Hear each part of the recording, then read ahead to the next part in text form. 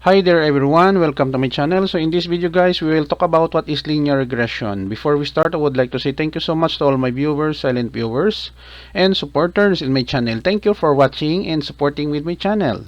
If you are new with my channel and then you like this video, please hit the like button. Don't forget to share and please support my channel guys if you are new by clicking the subscribe button. So let's begin. What is linear regression?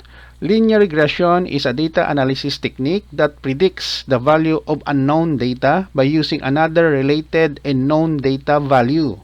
It mathematically models the unknown or dependent variable and the known or independent variable as linear equation. Okay guys, so this is the end of our short video on the definition of linear regression. One of the most common mathematical procedure in data science and artificial intelligence. Thank you so much for watching and supporting with my channel. If you like this video, please hit the like button. Don't forget to share and please support my channel guys if you are new by clicking the subscribe button. See you in the next video tutorial guys. This is your friend Jake saying bye bye for now.